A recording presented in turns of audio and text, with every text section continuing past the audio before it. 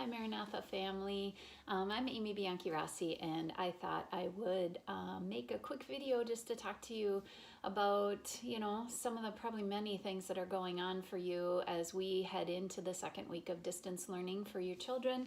And who knows what week we're on for all of the other changes that you're noticing in your life, whether they be work changes or social life changes or financial changes. There's so many different things that we are navigating right now as a culture, as a society, individually, as families.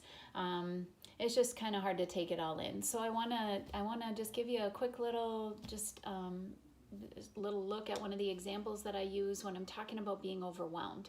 We're talking about being overwhelmed, which I'm sure you guys have felt from time to time here, working through all of the different changes, specifically distance learning with your children, getting them set up and getting things working online and assignments in and things like that.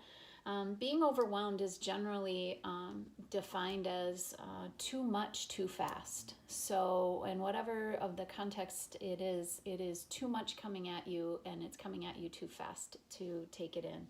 There's also an aspect of being overwhelmed that has to do with the unknown. So not knowing when this will end, how I'm going to be challenged in the days and weeks to come, things like that. Just kind of multiply the difficulty of being overwhelmed, because we human beings don't like to not know what's going to happen. And so that just adds to our anxiety. So I'm just going to show you a quick little a picture of like I said, what I use to describe being overwhelmed, and how we can maybe use a little tip to stay in our place and take each day as it comes, trusting that God has really great things for us on the way as we move through this difficult time. The what ifs of being overwhelmed have to do with, what if I don't have what it takes to get through this? What if my child falls behind? What if we can't get the technology up? Just the endless what ifs, right? They keep coming, and if we're not careful, they can take us down. And so one of the examples that I use is like a little stair step. Okay, so if we think of the different challenges that we're in as like a staircase that we're on, and you and your family, or you and your children, depending on what you're talking about, are there. You're at the bottom of the stairs, right? And here's your goal up here. Your goal, and the problem up here, like I said earlier, is the goal kind of is unknown. If we're talking about how long we need to be helping our kids with the distance learning challenges, or we're talking about how long we're doing our jobs differently, how long we are staying in our homes, those kinds of things, that goal is an unknown goal, and that can be extra unsettling for us. But nevertheless, there's a goal up there that we are working toward. What we do as humans most often is we stand down here where we are, and we will look at that goal from where we're standing, and we will be overwhelmed, and we will be frozen in place. Some of us will run screaming from the room, pull the covers over our head, and pretend nothing is happening, right? But when we wake up or come back, then it's all there waiting for us to take on. And so, like this example, it is important for us to have an idea of what the top of the stairs is. That's the goal, right? That's the outcome. That's what we are shooting for. And it's good for us to have an idea of what are these different steps in the process. What is it that we need to do to get to our goal? That those are important things to keep in mind. But one of the most important things to keep in mind is when you're standing down here, your job is not to get up there. Your job is actually only to get there. The only thing to keep in mind is, how do I move to the next step?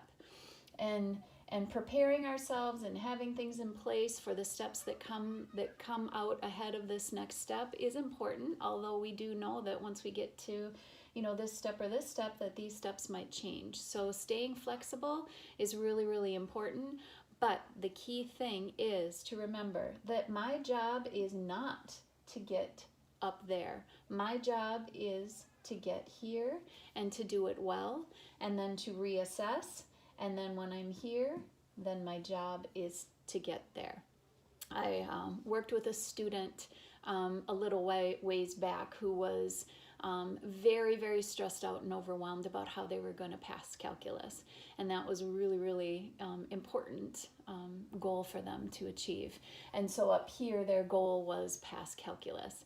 And they're standing down here at the bottom of the stairs, really, really overwhelmed about how they're going to pass calculus. And I said to this person, well, your job is not to pass calculus right now. And they just kind of took, were taken aback a little bit.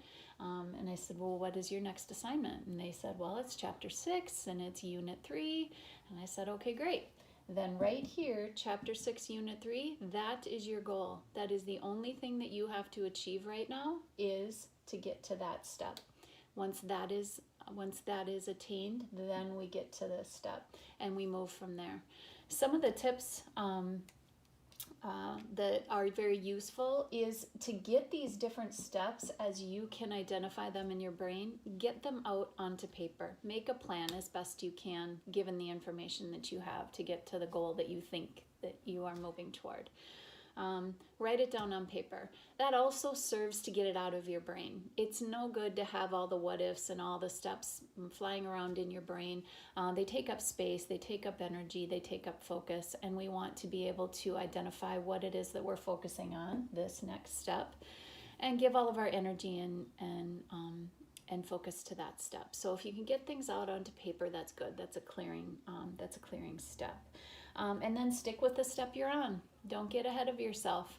Another great example for all of you runners out there, back in the day when I trained for a race, I would do hill trainings. And when I went out and did hill trainings on purpose, I always wore a baseball cap. And the reason I wore a baseball cap was that when I was doing hill runs, if I got to a hill and I was just looking at the top of the hill as I was at the bottom of the hill and was running, I would psych myself out. And it became really difficult for me to make it to the top of the hill because I would continue to be looking up there going, oh my gosh, I can't make it. And instead of doing that, I would look up, I would see where the top of the hill was, I would pull my cap down, and then I would kind of pound out the steps ahead of me. And by doing that, I just was focusing on the next thing, kept looking up every once in a while, make sure I was on the right road. But the point being is that our brains get overwhelmed, and when they will talk ourselves out of something that looks too difficult, if we keep our brains at that high level, at that high goal. And so breaking it down into quick, easy steps is a really great way for us to chip away at those goals that we have before us.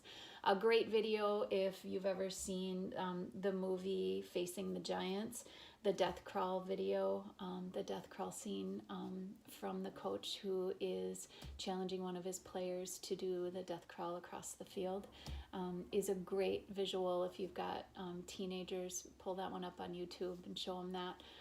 We can all do really hard things. A lot of us need some convincing of that, and some of us need to break those hard things down into small, easy steps.